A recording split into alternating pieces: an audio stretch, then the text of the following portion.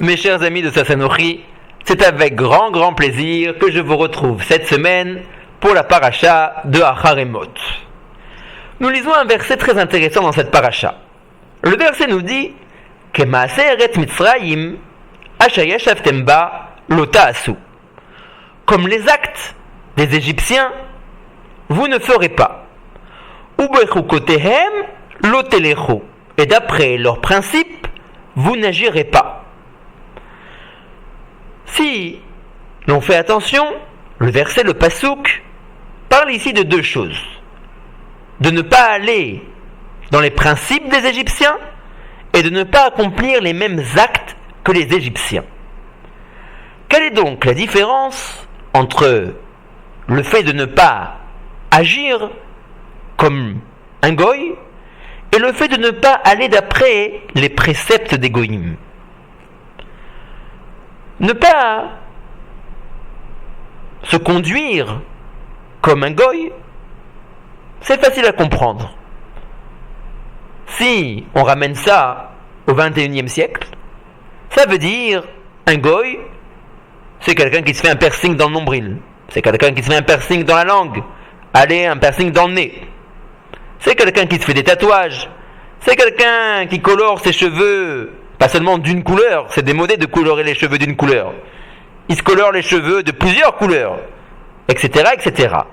Alors oui, ça on comprend. D'après la manière dont agissent les goyim, avec manque de savoir-vivre, avec manque de respect pour l'entourage, alors on doit faire attention et de ne pas se comporter comme eux.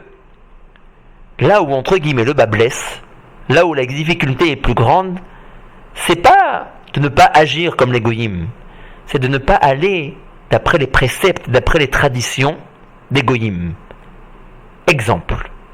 Qu'est-ce que cela signifie, les traditions des goyim? Est-ce que quelqu'un a déjà entendu parler de la fête des pères? Ou peut-être de la fête des mères? Ou peut-être du 1er mai avec le muguet? Ou peut-être du mardi gras avec les déguisements? Ou alors, un peu plus osé, de la Saint-Valentin?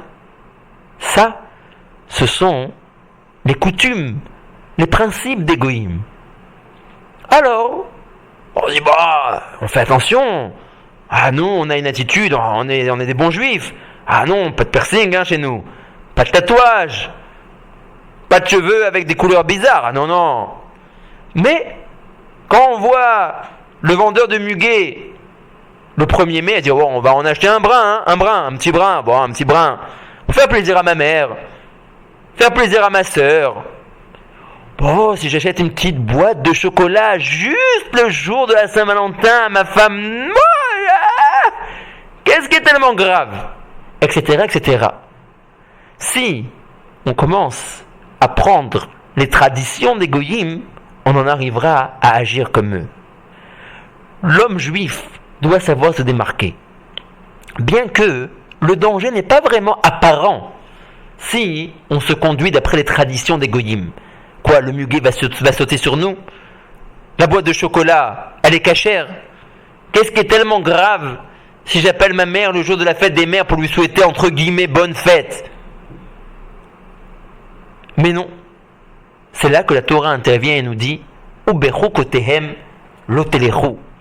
D'après les traditions des goyim, à côté desquelles vous vivez, lo telechu. Vous devez faire attention de ne pas aller. Vous devez vous démarquer. Chez nous, il n'y a pas de muguet le 1er mai. Il n'y a pas de fête des mères, pas de fête des pères. Nous avons une mitzvah d'honorer nos parents 365 jours dans l'année. Et même après 120 ans, même après leur décès, cette mitzvah continue. Chez nous, il n'y a pas de Saint-Valentin. On se doit de respecter, d'honorer et de chérir son conjoint 365 jours dans l'année, 7 jours sur 7, 24 heures sur 24. Nous n'avons donc pas besoin de tout ce folklore. Mais ce n'est pas seulement que ce folklore est inutile pour nous, c'est qu'il est dangereux. Si on se permet, ne serait-ce même qu'un temps soit peu, de nous conduire d'après les traditions des goyim, on peut en arriver, chas v'shalom, très facilement à glisser on perd son identité juive sans même s'en rendre compte. Doucement, doucement, on se rend compte qu'en réalité, nous avons des points en commun. On fête et on célèbre des fêtes communes. On s'offre des cadeaux, que ce soit entre conjoints ou entre voisins, de la même manière et aux mêmes dates que eux également les goyim le font. Et si eux offrent des cadeaux à Noël, nous on peut faire la même chose à Hanouka. Nous devons savoir que tout ceci est dangereux. Si quelqu'un se permet d'aller dans les traditions des goyim, doucement, doucement, il efface les limites et les frontières qui sont entre le peuple juif et les nations du monde.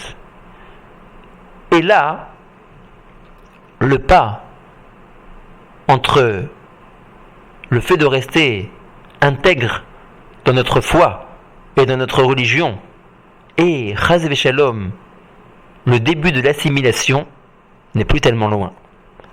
C'est la raison pour laquelle la Torah est rigoureuse. Ce n'est pas seulement que vous devez faire attention de ne pas agir comme les goyim, mais vous devez faire également attention à garder vos traditions à vous et ne pas prendre ceux des goyim.